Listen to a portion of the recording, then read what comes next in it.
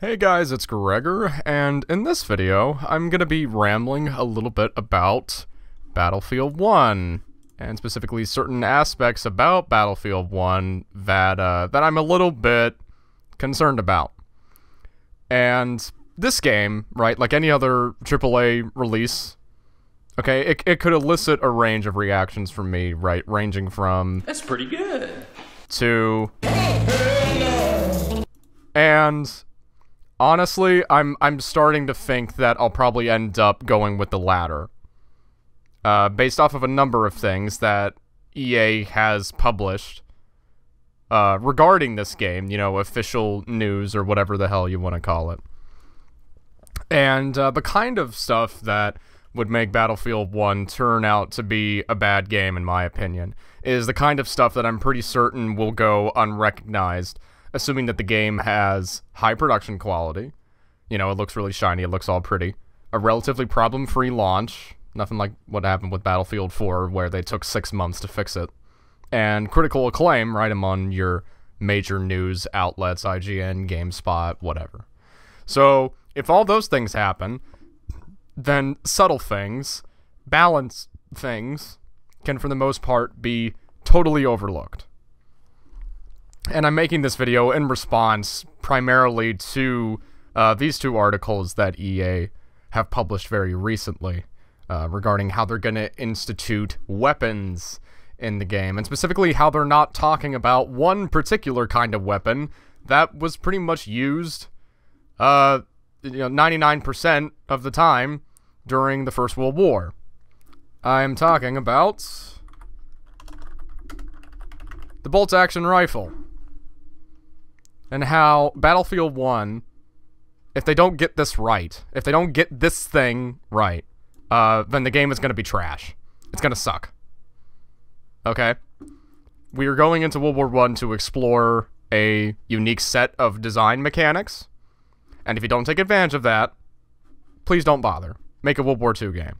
Alright? But we're going to get into all that in a little bit, and a little bit of a history lesson for people who might not know as much about this stuff. So, first of all, let's talk about what a bolt action is, right? During World War I to World War II, the bolt action didn't really change much. Most of these rifles, right, had an internal magazine that you could load up with a number of rounds. And basically, you know, for people who know this stuff, it's really simple. You know, bolt action, you fire, and then you pull this thing forward and backwards to load another shell into the chamber to fire out. So it's like pow, pow, pow, right? And in the modern combat setting, the bolt-action rifle is now relegated to the sniper, or the designated marksman. Here is an example of a sport shooting and hunting rifle that's been modified into like a police variant, right?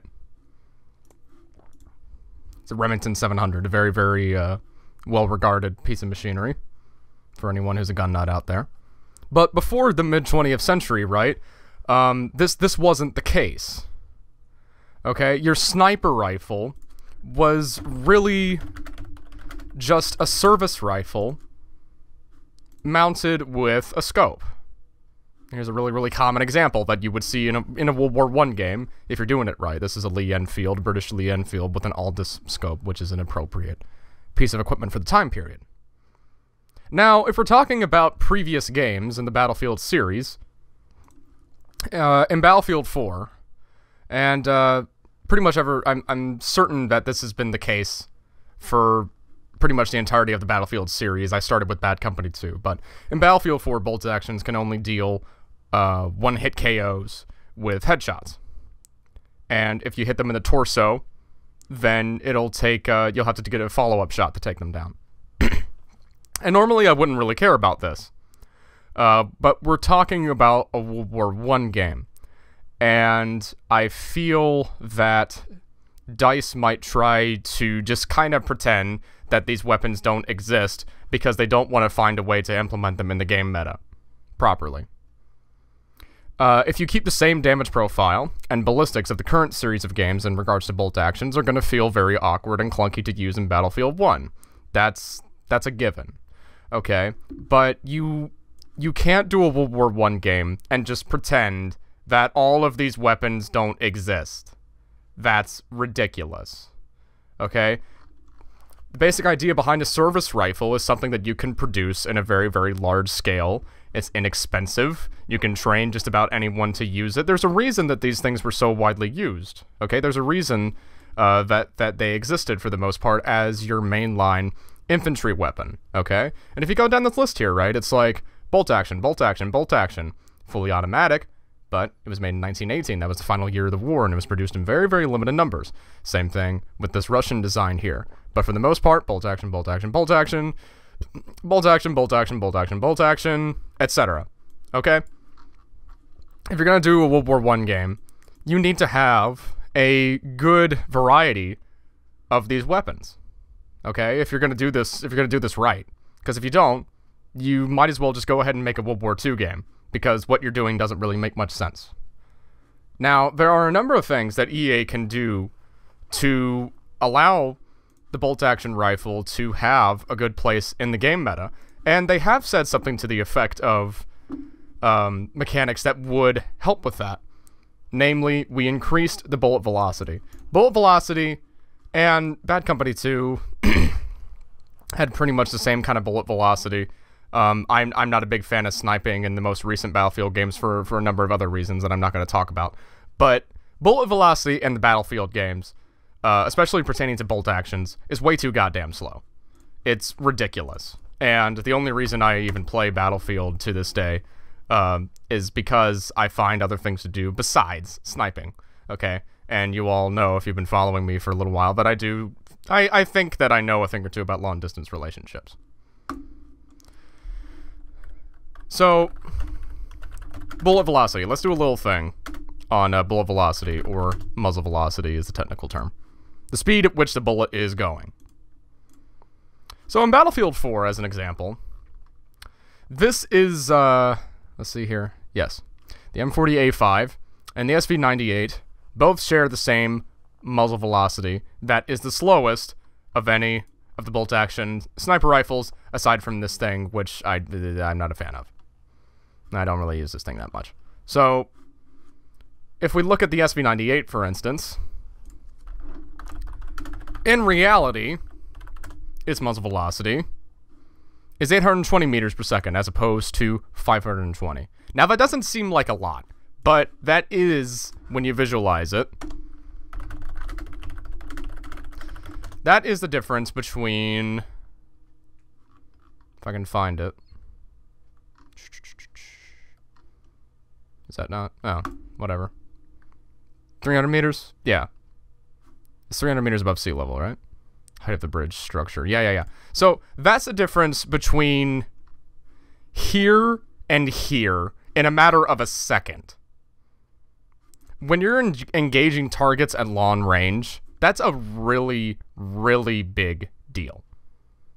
And bullet velocity and other things like artificial, like bullet gravity, are souped up or tuned or whatever to the point where I don't think that snipers in Battlefield really have much of a role anymore, except in hardcore. And it's really simple, you know. Just make the bullet go faster and modify the damage profile a little bit. That's all you need to do. That's all you need to do to make these guns function in this environment. And there's a number of things that I'm I'm a little bit concerned about that they've stated to the effect of not doing that. So, right, let's go to this part of the article here, the second one in this set that they've put out. Okay, there are 6 categories of weapons. There are your shotguns, which there were like 3 of them. Submachine guns, which there were like 3 of them. Light machine guns, which there were plenty of, I don't mind.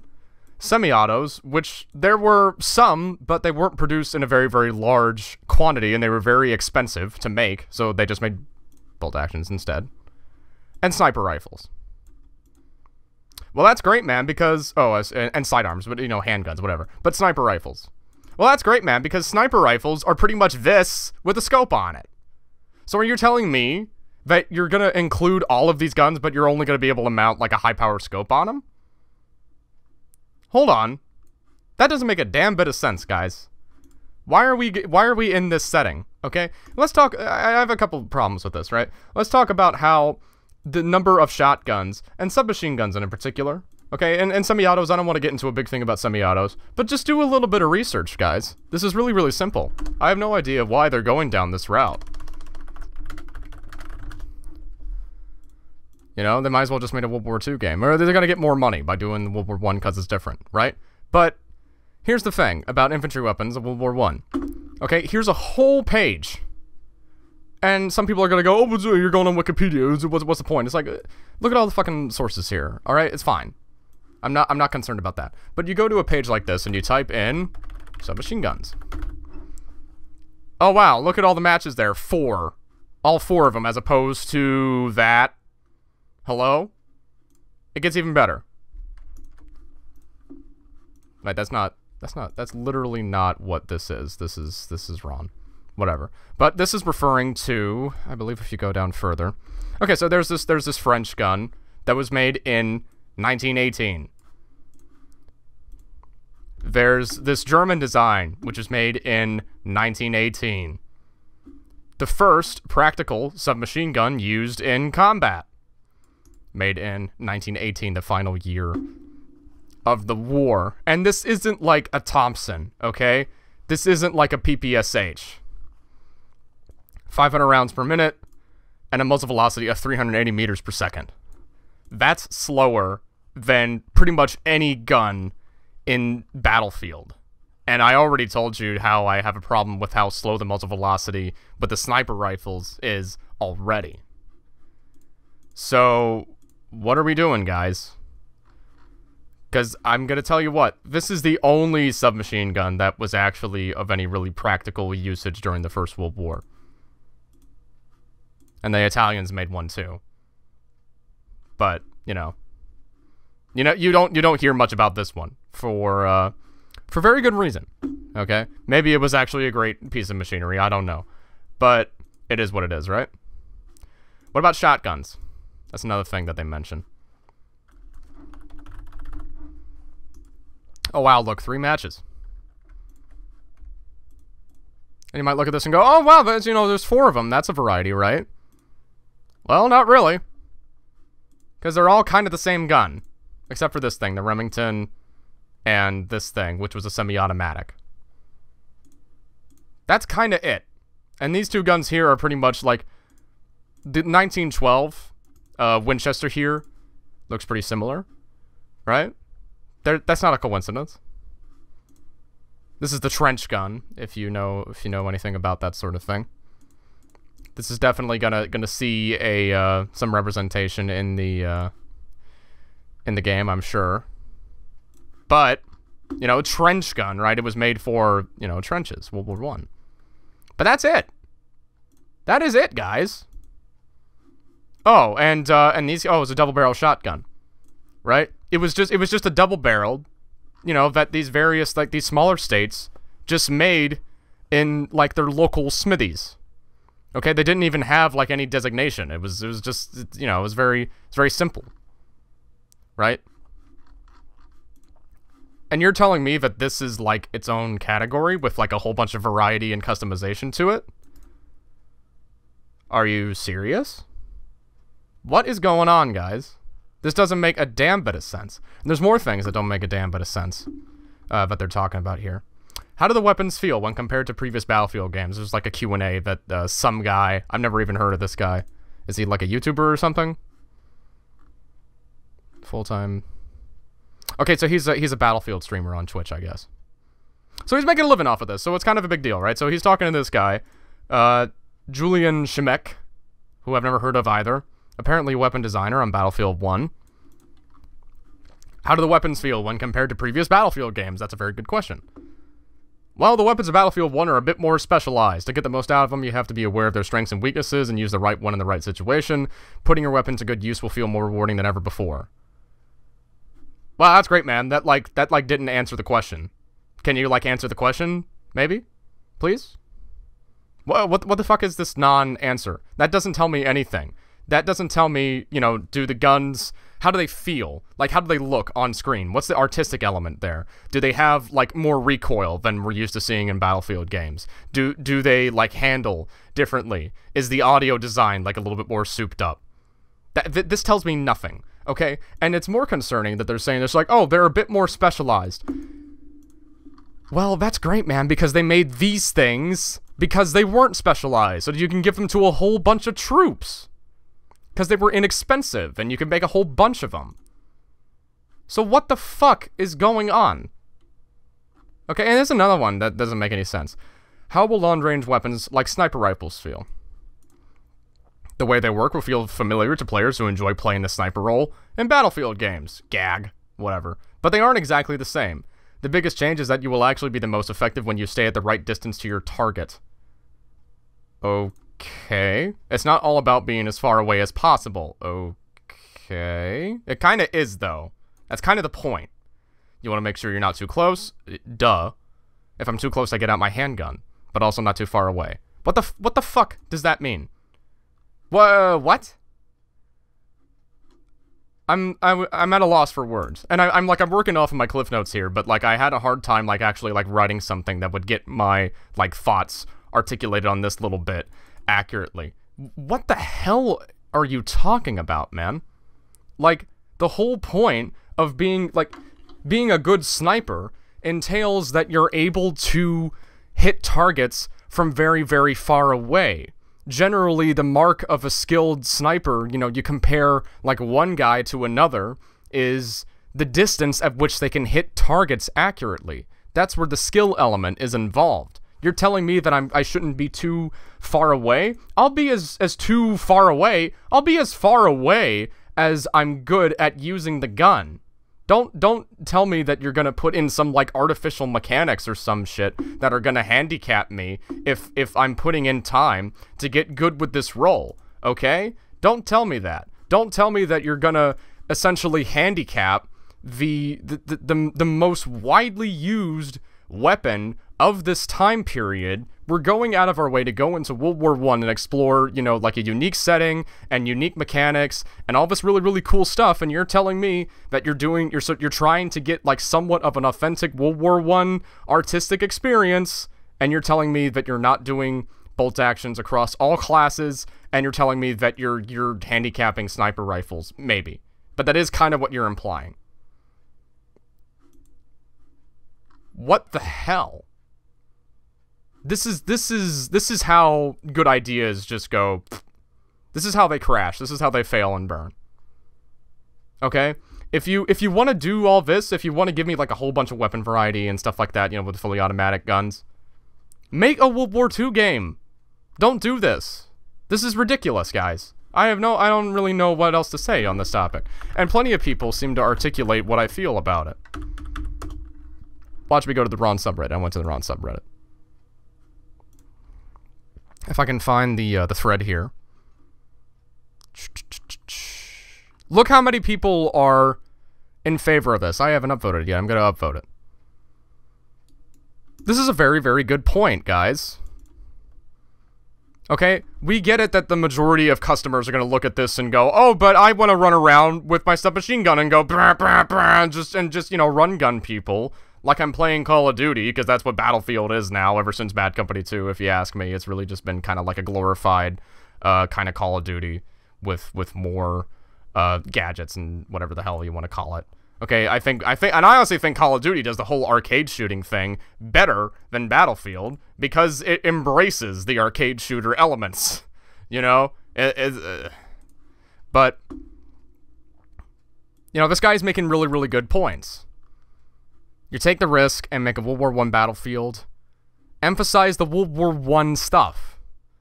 Okay? They also mentioned, this is another good point, they also mentioned that they will focus on melee combat. Why do you think melee combat played an important role in World War I? Because everyone was using bolt actions. And if you fired a round, you had to chamber another one, and in the time, if you miss, then a guy could rush in and fucking stab you, or hit you in the face with a mace. I can make a rhyme anytime. I mean, seriously. But there's so many like contradicting things that these guys are saying, and it doesn't make a damn bit of sense. I don't know like what they're focusing on here. You know, like, come on, get with it. This is a AAA game. This is a high-profile thing. This is a big deal. Okay, and now I'm kind of starting to see why EA might not have wanted to do this whole thing in the first place, right? Because I'm seeing a lack of direction. I'm seeing a lack of focus. And honestly, hey guys, I don't really give a shit whether Infinite Warfare sells more copies than this game, but if I have the choice when these two games come out and I'm not satisfied with what I'm seeing here, I'm probably going to end up picking up Call of Duty instead. Because at least they're doing the arcade shooty stuff, you know, they're embracing that and they're trying to, like, do something with it. Okay? I'm not ashamed. It's video games. Play what you like. Don't let people, and that's a really good point to make, right? Because I can tell you, I can shit talk this game all I want. And if you really, really want this, if you really want this kind of experience here, right, with a whole bunch of weapon variety in a World War I setting, go ahead, pick it up. I don't give a shit. I'm just giving you my reasoning as to why I'm not going to pick it up, and I'm pretty sure many other people aren't going to pick it up either. That's all I'm trying to say. You know, there was rumors that they were going to do like an alternate history Battlefield 1 was going to be like an alternate history World War I kind of thing. And it was going to and I was actually really excited for that. I really, really wanted this game to be that. You know, like get into like comic book territory, do some fun stuff, do some creative kind of stuff. You know, maybe the Germans get like this fucking like lightning gun that they shoot from their Zeppelins or some shit, like Doomsday Zeppelins, and you have to do something like Titan Assault with the Zeppelins. That'd be pretty cool. I'd be into that. But it would make sense to embrace those kinds of different mechanics because you're in a fictional setting. This isn't a fictional setting. This stuff happened. Okay? And it's really, really displeasing to me to see the direction that it's going in, even artistically here. And I've already said everything that I can about the weapons, so you can probably click out of this video if you get bored. But I'm going to go into another, I'm going to do in some more territory here with the artistic elements of this game, right? So, this game has a lot of really, really good art out right now. I will not deny that. If you look at some of this stuff, I mean, this is really cool. I like this kind of stuff because it gives you a really, really good concept of what you're trying to get at in your game. This is all very, very high production quality. This is all very good. But I look at this stuff, right?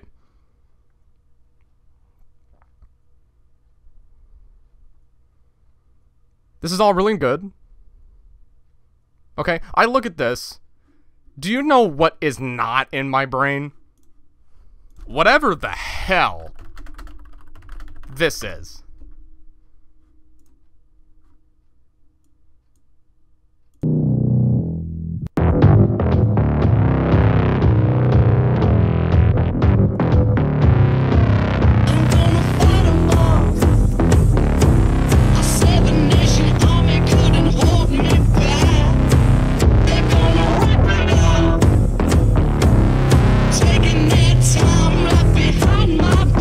Right?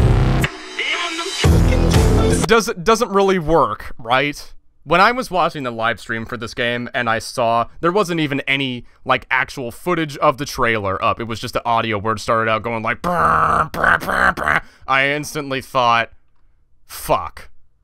They're doing it. They're gonna fuck it up, aren't they? You know what I think would have been a lot more fitting?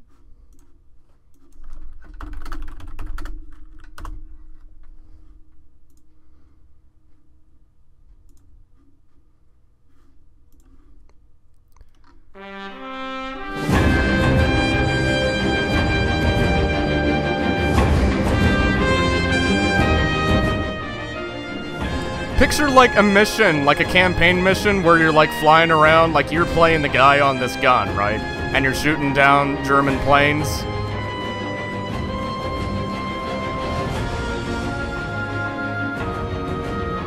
You're running around on foot and you're trying to get in this building, maybe to like seize an objective or something, and these planes are like shooting back at you. You're on this train, shooting at guys on the train.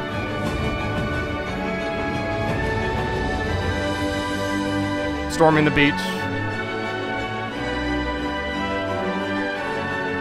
This thing is falling down from the sky, and there's like cinders and fire and soot and smoke. Maybe you're this guy and you're running across the battlefield.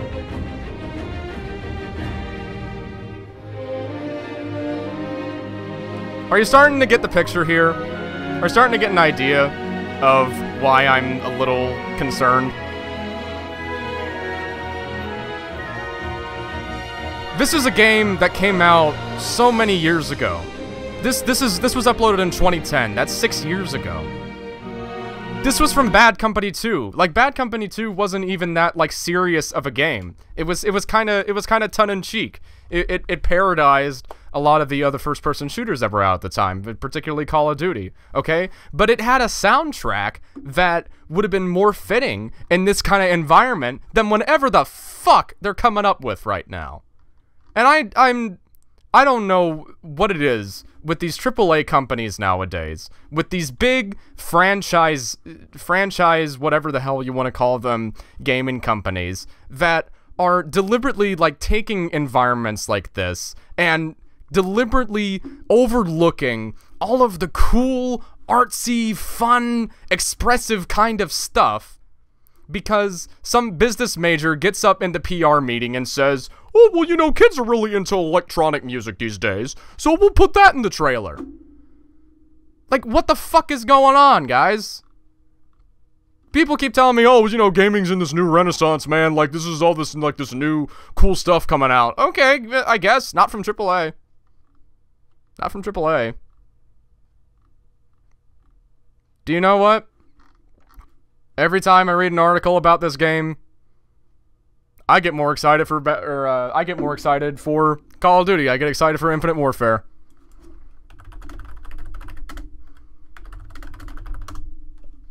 I'm gonna tell you what. I kind of hope this happens. I'm Gregor. Thanks for watching.